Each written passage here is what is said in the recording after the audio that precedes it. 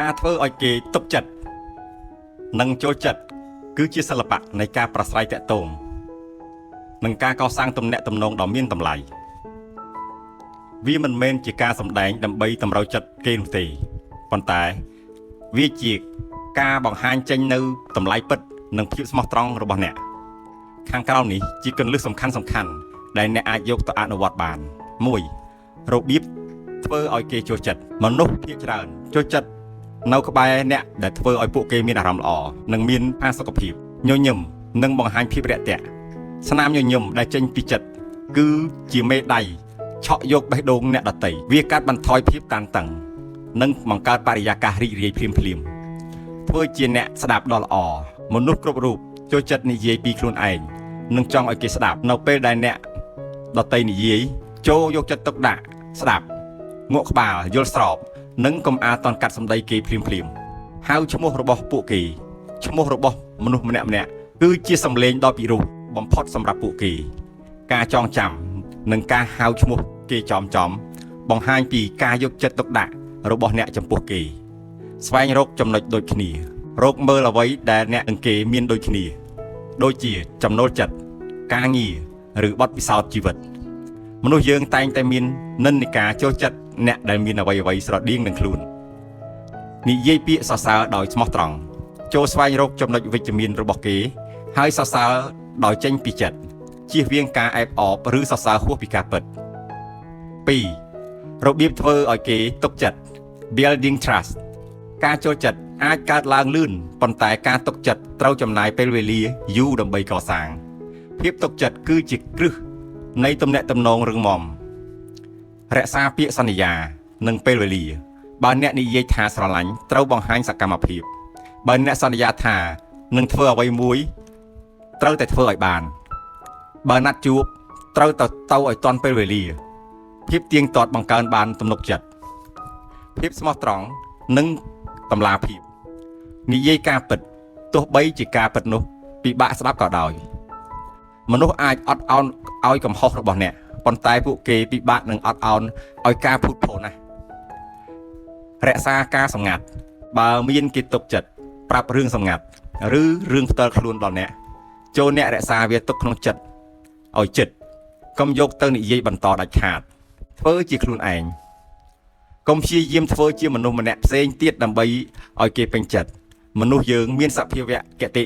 អាចដឹងថាអ្នកណាពិតប្រាកដនិងអ្នកណាកំពុងសម្ដែង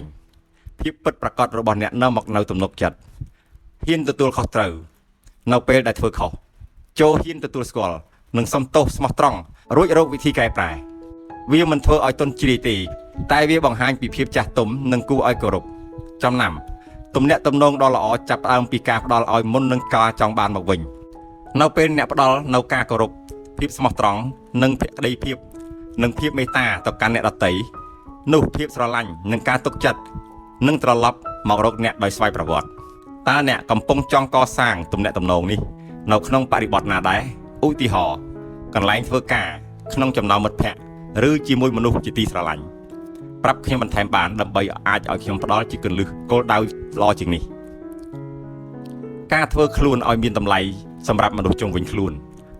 មិនមែនមានន័យថាអ្នកត្រូវតែមានទ្រព្យសម្បត្តិស្ដុកស្ដំឬមានអំណាចធំដុំនោះទេប៉ុន្តែវាជាការបង្កើតឥទ្ធិពលវិជ្ជមាននិងការផ្ដល់ផលប្រយោជន៍ទៅកាន់ជីវិតរបស់ពួកគេនៅពេលអ្នកក្លាយជាមនុស្សដែលគេខ្វះមិនបានឬជាមនុស្សដែលគេនឹកឃើញមុនគេនៅក្នុងរឿងល្អៗនោះហើយជាពេលវេលាដែលអ្នកមានតម្លៃបំផុត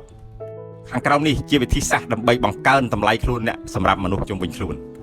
1. អភិវឌ្ឍសមត្ថភាពខ្លួនឯងដើម្បីក្លាយជាអ្នកដោះស្រាយបញ្ហាមនុស្សដែលមានតម្លៃគឺជាមនុស្សដែលអាចជួយសម្រាលការលំបាករបស់អ្នកដទៃបានពូកែខាងជំនាញណាមួយច្បាស់លាស់មិនថាជាជំនាញការងារបច្ចេកវិទ្យាភាសាឬការចម្អិនអាហារនោះទេនៅពេលដែលអ្នកមានភាពលេចធ្លោលើរឿងមួយនោះមនុស្សជុំវិញខ្លួននឹងរត់មករកអ្នកពីគ្រោះជាមួយអ្នកឬសុំជំនួយពីអ្នកចែករំលែកចំណេះដឹងកុំកំណាញ់ចំណេះដឹងការបង្រៀនឬណែនាំអ្នកដទៃដោយមិនលាក់លៀមធ្វើឲ្យគេគោរពនិងដឹងគុណអ្នកកាន់តែខ្លាំង 2. ជារឿយមនុស្សមិនត្រូវការលុយកាក់ពីអ្នកទេតែពួកគេត្រូវការកម្លាំងចិត្តនិងការយល់ចិត្តជាកន្លែងសុវត្ថិភាពសម្រាប់គេ ធ្វើឲ្យមនុស្សដែលគេហ៊ានមកនិយាយរឿងរ៉ាវក្នុងចិត្តប្រាប់ដោយមិនភ័យខ្លាចការវិនិច្ឆ័យការចេះយល់សុខទុក្ខនិងលួងលោមអ្នកដទៃក្នុងគ្រាលំបាកធ្វើឲ្យអ្នកមានតម្លៃខ្លាំងណាស់នៅក្នុងចិត្តរបស់គេនាំមកនៅធម៌ពលវិជ្ជមានកុំធ្វើជាមនុស្សដែលរអ៊ូរទាំឬនិយាយតែរឿងអវិជ្ជមានរហូតធ្វើឲ្យអ្នកជំវិញខ្លួនធុញទ្រាន់ចូលនាំនៅស្នាមញញឹមភាពរីកចម្រើននិងក្តីសង្ឃឹមដល់ពួកគេ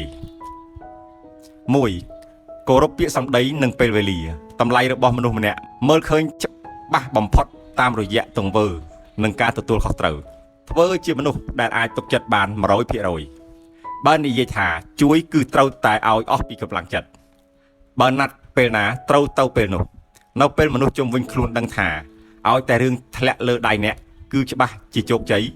និងមិនខកបំណងពួកគេនឹងឲ្យតម្លៃអ្នកខ្ពស់បំផុត4ស្គាល់តម្លៃខ្លួនឯងមុននឹងឲ្យគេឲ្យតម្លៃអ្នកមិនអាចដេញតាមបំពេញចិត្តមនុស្សគ្រប់គ្នារហូតបាត់បង់ខ្លួនឯងនោះទេចេះនិយាយពាក្យថាទេបដិសេធដោយគួរសមចំពោះអ្វីដែលហួសពីសមត្ថភាព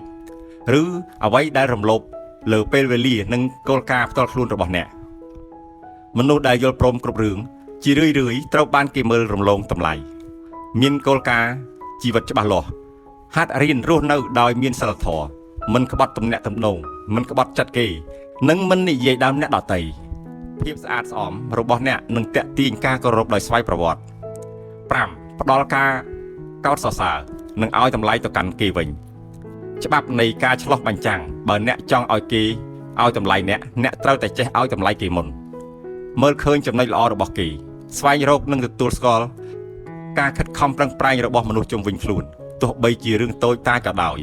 និយាយពាក្យថាអរគុណឲ្យបានច្រើននៅពេលអ្នកធ្វើអ្វីឲ្យគេមានអារម្មណ៍ថាខ្លួនគេមានតម្លៃពួកគេនឹងចាត់ទុកអ្នកជាមនុស្សមានតម្លៃដូចគ្នាការធ្វើខ្លួនឲ្យមានតម្លៃមិនមែនជាការធ្វើខ្លួនឲ្យមមាញឹកដើម្បីបម្រើអ្នកដទៃនោះទេប៉ុន្តែវាជាការធ្វើខ្លួនឲ្យមានគុណភាពដើម្បីក្លាយជាពន្លឺឬជាជំនួយដ៏ល្អសម្រាប់ជីវិតរបស់ពួកគេ